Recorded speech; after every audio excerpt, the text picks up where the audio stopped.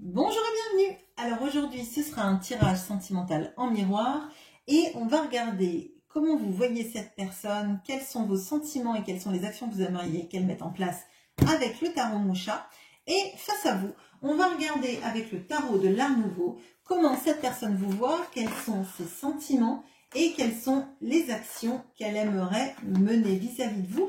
Et on va rajouter une ligne pour savoir quelles sont les actions qu'elle va vraiment mettre en place dans les 3 à 6 mois. C'est une recommandation que j'ai eue d'une abonnée de la chaîne, qui se reconnaîtra sans doute. Et c'est intéressant. Bien évidemment, le temps en cartomancie, c'est pas la chose la plus certaine du monde, mais en tout cas, on verra la continuité entre la volonté des actions et les actions. On verra s'il y a un déroulé logique ou s'il y a quelque chose d'un peu impactant qui fait que ça accélère les choses, que ça les met en place.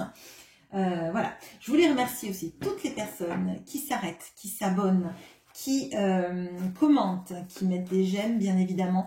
Ça me permet d'être visible sur YouTube et ça fait beaucoup de bien à la chaîne et à moi aussi. Et je vous en remercie. C'est un vrai plaisir d'échanger avec vous en commentaire.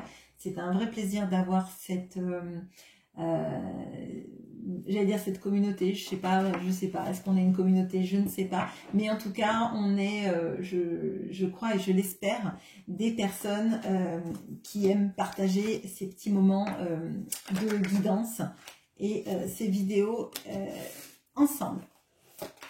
Allez, on y va. Comment est-ce que vous voyez cet autre ? J'utiliserai potentiellement le pronom « il », même si votre autre est une femme, je vous demande d'adapter, ce sera plus simple pour moi. Merci. Allez.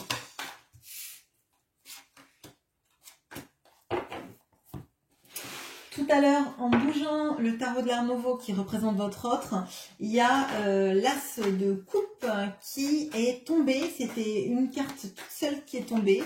Et l'as de coupe, c'est l'amour, c'est un peu le Graal en termes d'amour. Hein. Donc, j'espère que la guidance va nous révéler ça, ce grand amour que cet autre éprouve pour vous. On va regarder ça, mais je sais, et les personnes que j'ai eues en guidance privée le savent, quand j'ai des cartes qui sautent comme ça, souvent c'est un message, enfin, un ménage, pourquoi un ménage, je ne sais pas, un message important qui va avoir un lien avec le tirage. Et notre ligne supplémentaire, donc les actions que cette personne va faire vis-à-vis de vous dans les 3-6 mois, peut-être avant, peut-être un peu après, pas trop non plus. Allons-y. Alors, comment vous voyez cette personne?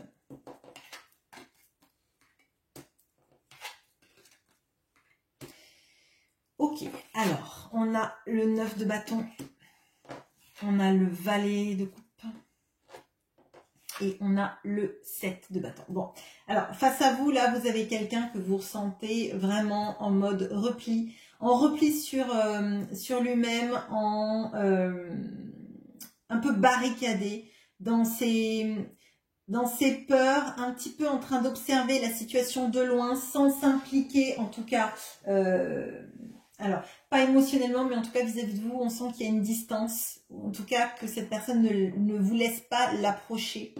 Moi, j'ai l'impression qu'il y a un petit peu de recul qui serait en fait lié potentiellement au fait que cette personne, elle est jugée autour d'elle. Alors peut-être que les personnes qui sont autour de cette personne ne trouvent pas bien qu'elle soit en relation avec vous, ou qu'elle s'intéresse à vous, ou peut-être que cette personne a une vie ailleurs, en dehors de l'amour que vous partagez, et du coup est obligée de se mettre en repli vis-à-vis d'une autre situation, je dirais.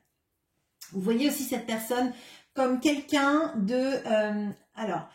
d'assez, j'allais dire immature émotionnellement, mais c'est un peu ça. On a quelqu'un qui a un amour un petit peu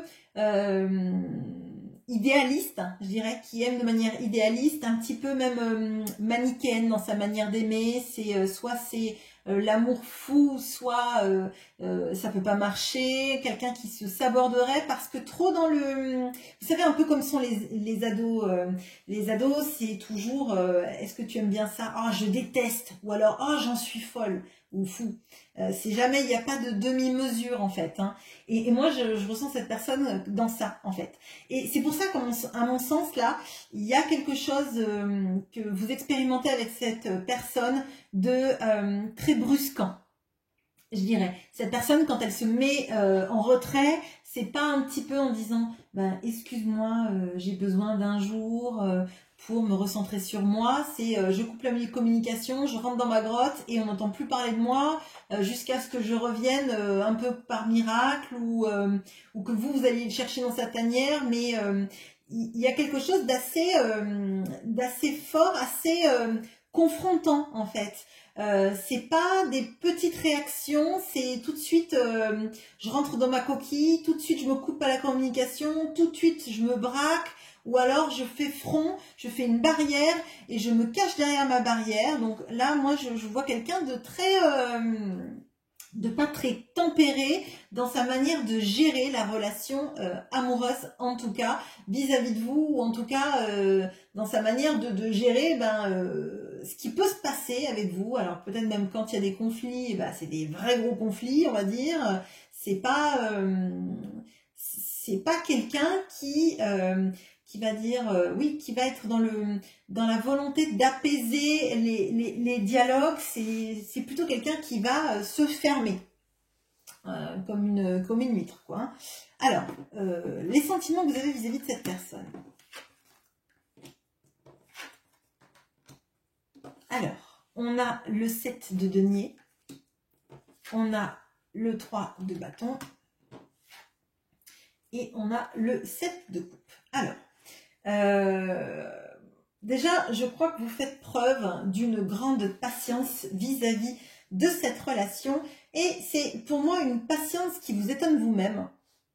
Alors, je ne vais pas dire que vous n'êtes pas quelqu'un de patiente, hein, mais néanmoins, je pense que vous vous étonnez vous-même de l'assiduité de vos sentiments, de la façon que vous avez d'essayer d'arranger les choses avec cette personne, peut-être aussi de vous projeter dans la relation et d'y croire, malgré des signes qui sont parfois très contradictoires. Moi, tel que je le ressens, là, il y a l'envie de vous projeter avec cette personne, même si vous avez l'impression qu'elle vous met des stops extrêmement fréquents, ou qu'elle ne vous dit pas que vous pouvez espérer, ou qu'elle se met derrière sa grotte et vous vous dites, bon allez, dans quelques temps, je vais venir te chercher, ou je vais venir te proposer quelque chose, essayer de te faire sortir. Et moi, j'ai l'impression que c'est quelque chose qui est peut-être assez nouveau chez vous, cette manière en fait de composer avec quelqu'un qui ne fonctionne pas du tout comme vous en fait, qui n'a pas le même modus operandi. J'ai pas l'impression que vous soyez quelqu'un qui s'enfuit dans sa grotte autant que cette personne. Peut-être que vous allez me dire si, mais et pareil. Pour la manière dont vous gérez les sentiments, on sent plus de maturité et je crois que vous sentez toute la potentialité que vous pourriez avoir ensemble si cette personne, elle arrêtait en fait de se mettre derrière des barrières sans arrêt. Là, moi, je le ressens vraiment comme on pourrait faire ci, on pourrait faire ça, si seulement tu voulais bien te projeter comme moi, avoir cette patience que moi j'ai face aux événements et y croire autant que moi en fait. Moi je vois ça et j'ai l'impression qu'il y a le petit feu qui brûle encore parce que vous voyez la relation de manière moins manichéenne que cette personne en fait. Vous n'êtes pas dans le ou tout ou rien, vous essayez de trouver des consensus, vous essayez de trouver des compromis, vous essayez une façon de faire qui vous permettent à tous les deux de vous rejoindre dans un lieu à vous en fait. C'est vraiment plutôt ces énergies-là qui sont bien moins immatures, je dirais. Alors, qu'est-ce que vous aimeriez que cette personne fasse ?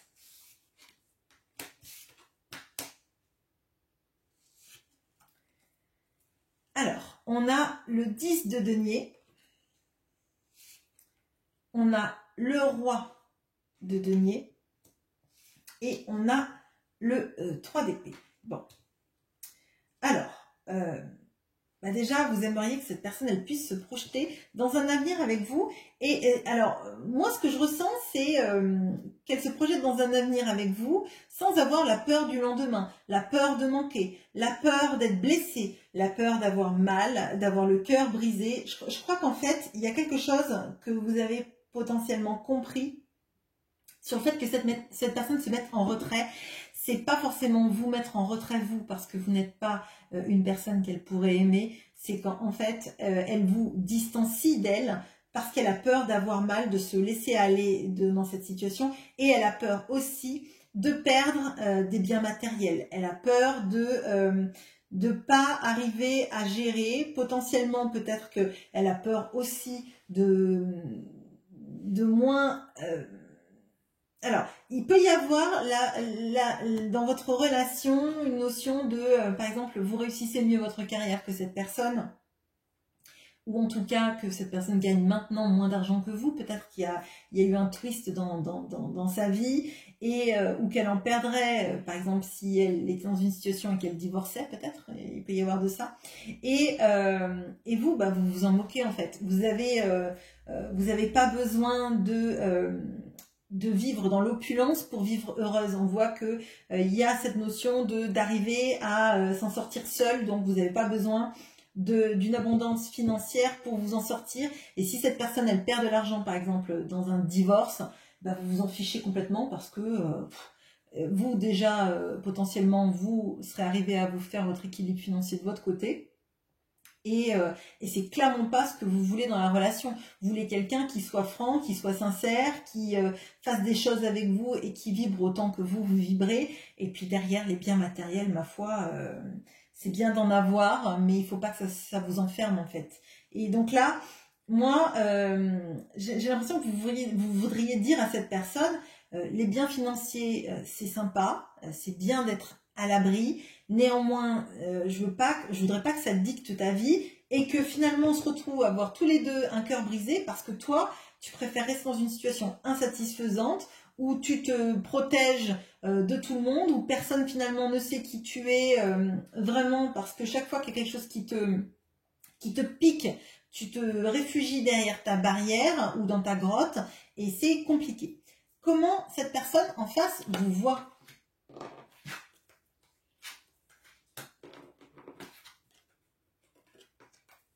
Alors, on a le 7 d'épée qui est dans vos sentiments là. On a le 5 de coupe et on a le 2 d'épée. Bon. Alors là, clairement, cette personne déjà, bon, elle a la même vision de la potentialité que vous représentez.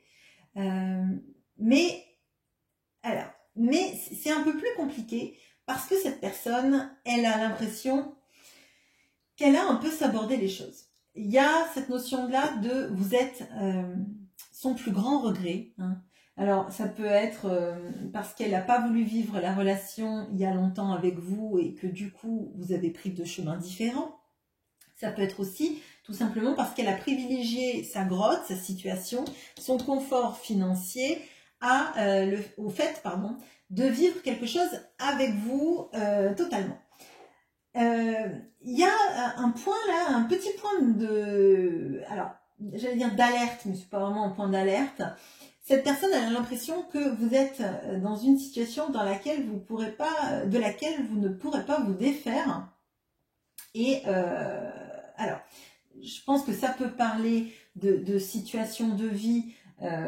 Si par exemple vous êtes engagé de votre côté ou que vous avez des responsabilités vis-à-vis de d'autres personnes dans votre vie, hein, et elle a l'impression que tout n'est pas si simple. Alors peut-être que ce sont des peurs qu'elle a, peut-être qu'elle fait aussi des projections de sa propre vie sur vous en fait.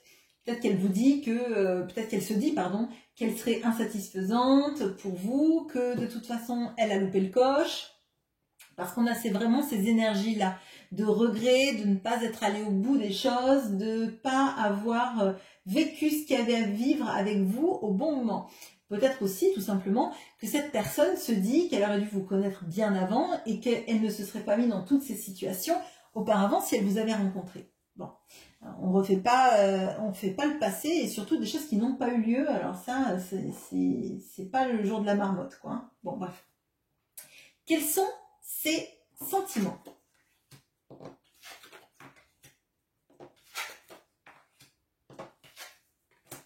Alors, on a la reine de coupe, on a le 8 de bâton et on a le 2 de bâton. Bon, alors là, clairement, cette personne, elle a des sentiments. Elle a des sentiments pour vous, des sentiments qui... je pense qu'elle se sent terriblement bien avec vous. Il y a une notion de parler avec vous, ça l'apaise. Parler avec vous, ça lui permet de guérir beaucoup de choses et je pense que ça, vous devez le ressentir. Il est possible aussi que vous ayez eu l'impression d'être un peu, alors j'allais dire la psy de service, mais je sais qu'il y a des personnes qui sont vraiment psychologues, donc c'est en aucun cas une critique, bien loin de là. Mais moi j'ai l'impression qu'en fait cette personne elle vous parle comme si vous étiez en thérapie avec elle. En fait elle s'est confiée sur beaucoup de choses et